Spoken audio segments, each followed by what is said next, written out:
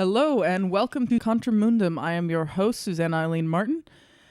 Today with me is my little sister, Christina. Say hi. Hello, everyone who is listening. Hey. So, Christina, your expertise is what? Art.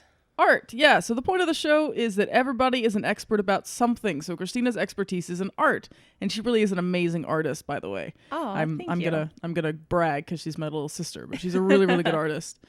And so tell me, how did you get into art? Well, I started, as most little kids start, with painting and drawing and doing finger paints and stuff like that.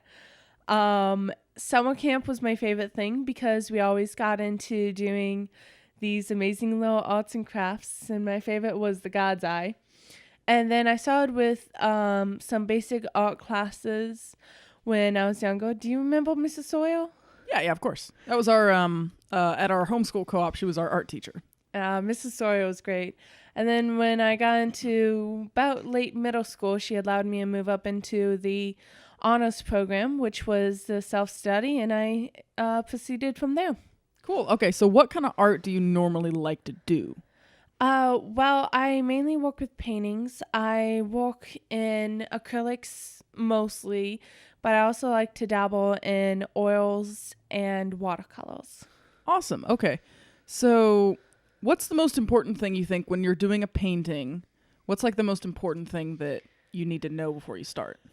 In reference to...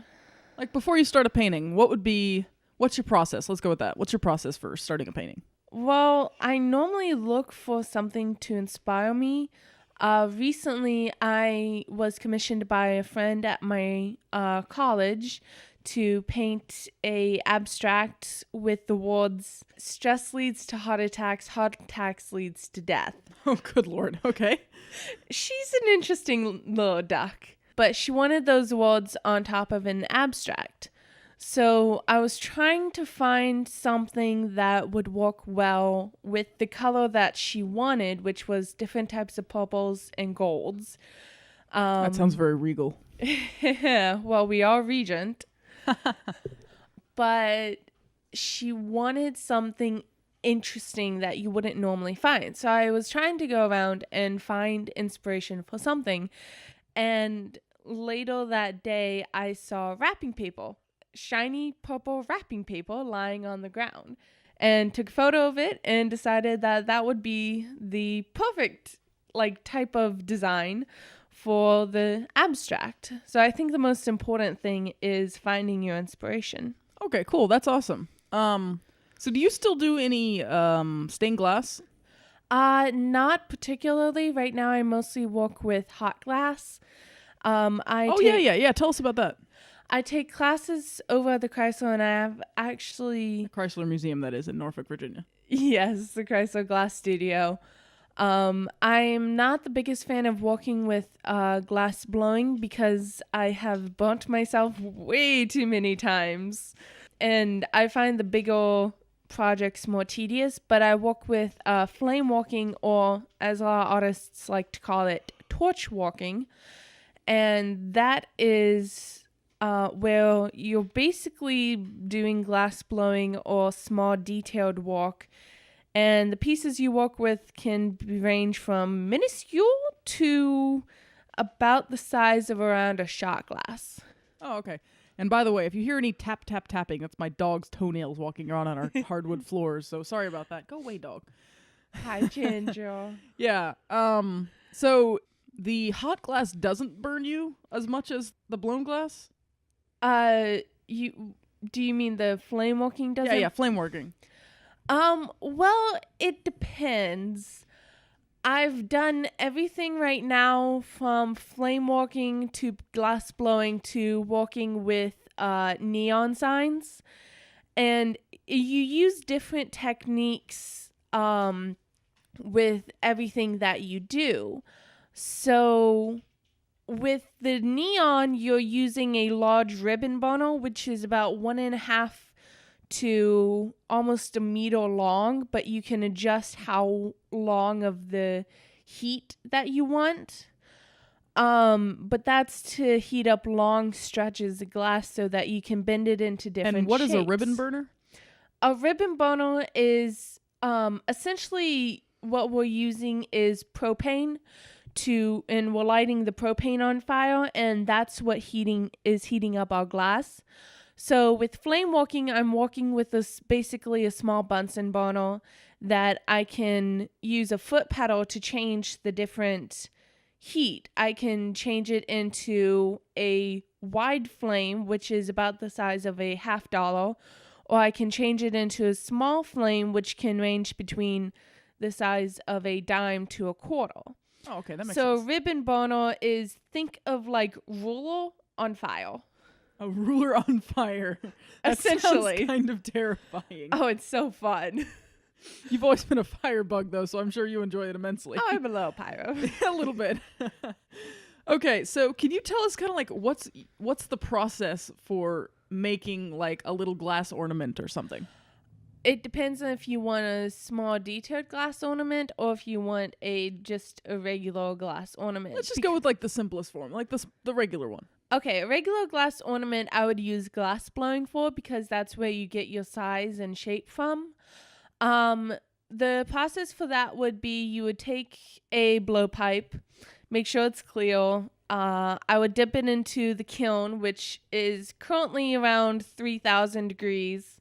That's really hot. It is so bright that you cannot look into it. And what you have to do is you have to take your heated blowpipe and dip it in until you feel a little resistance. And then you pick it up and you have glass on the tip. Oh, okay. So you get some glass on the tip of the blowpipe, and you go over to a steel table and you do a mortar, which you're essentially rolling it out into like this little oblong shape. And then you heat it up in the glory hole. I am not lying. That is the name of... That is the most awkward name.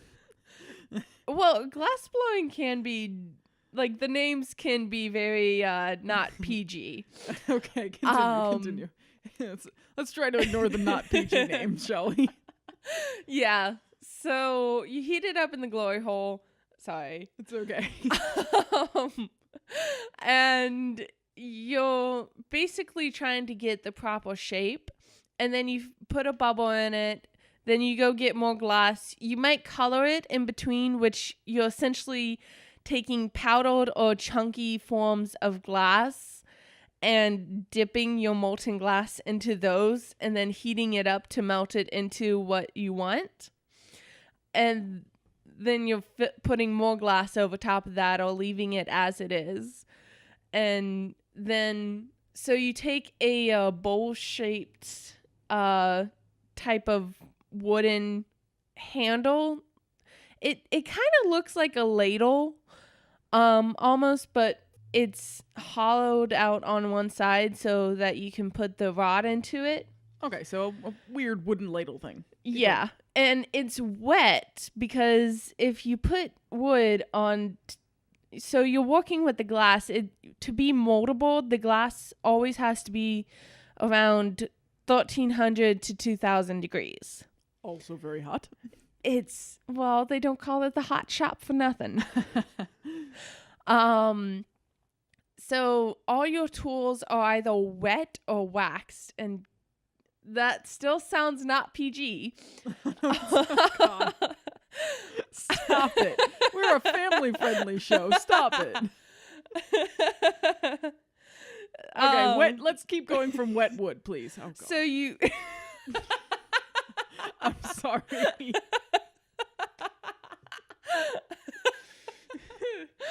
Oh, God. Susanna. I'm sorry.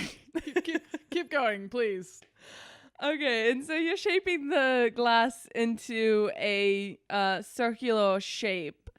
And then you take your jack, which is waxed, and you create a jack line, which is essentially creating an indent in the glass. And you create a jack line in a circle, and you bring your jack line down to your water bucket, and then you put water onto the jack line, which will cause it to shadow in a very specific spot, not hurting your piece. but at the same time, you're making it so that you can tap the ornament off. And then, you bring it over to whatever you're using to hold it, or if you're not happy with the piece, you just tap it off and let it shatter on the floor. That sounds like a hazard. You're told not to pick anything up off the floor because cold glass, you never know if glass is going to be cold or not cold, because once glass is under 1,000 degrees, it looks cold. Okay. So don't ever touch anything in the hot shop. Yeah, it sounds like a good idea. So if you're happy with the piece, you tap it off onto one of the tables into whatever it is you're using to catch it. And then you take another, we call them a punty, but it's basically a long metal rod that has been heated up at one end. And you dip that into the kiln again and get a little bit of hot glass. And then you come over to your piece, which has now been a little bit cooled, but someone's using a flamethrower to heat it up on the tip that you just knocked it off on. And you take your glass, the little bit of molten glass that you have on the punty, and you dip it down onto the very top of the ornament, and then pull up. Someone takes diamond shields, which are essentially scissors that cut in the form of like a diamond type. Oh, okay, that's cool. They'll be diamond shields. The name explains themselves. Yeah, pretty much. And then you cut the glass off. You take some tweezers, you pull it up and turn it around into a little loop. And to make sure you have a little hole there in the top of the loop. And then voila, there's your ornament. That's really cool. That's, I know you've made some really, really pretty ones. I know the first one you made was like. The first piece I ever made was my candy dish. Yeah, the candy dish. That was like half an ornament, I guess. Well, the way you make a candy dish is you essentially make the globe like you would an ornament, only before you knock the piece off, it's either you on the end, like you yourself has like a little tube thing connected to the end of your blowpipe so that you can suck or blow as you need to. Oh no. Stop it. Stop it. Sorry. Or you have someone at the end of your blowpipe doing that for you. Okay, that's cool. So sometimes, never mind. I was going to make a dirty joke, but I'm not going to. I think we've made plenty of dirty jokes at this point. I know you got to get going back to class soon, so I'm going to go ahead and let you go. So you'll come back on at some point? Oh, yeah. This has been fun. Thank you for having me. Thank you for coming, Christina. If you want to, if somebody wants to find you online, where would they want to find you? Well, currently I have some of my paintings, which are only the paintings that I do for fun right now. That's at Christina Martin Art and Design on Facebook. You can find me on Facebook, but right now I'm working on getting my own website up, so maybe I'll let you have that info when I come back. Awesome. Well, thank you so much for coming on the show. And for all of you guys listening at home, I am sorry for some of those jokes. I think it might have been entertaining. God. I hope you guys enjoyed the show, and I will see you next week. Bye. Bye-bye.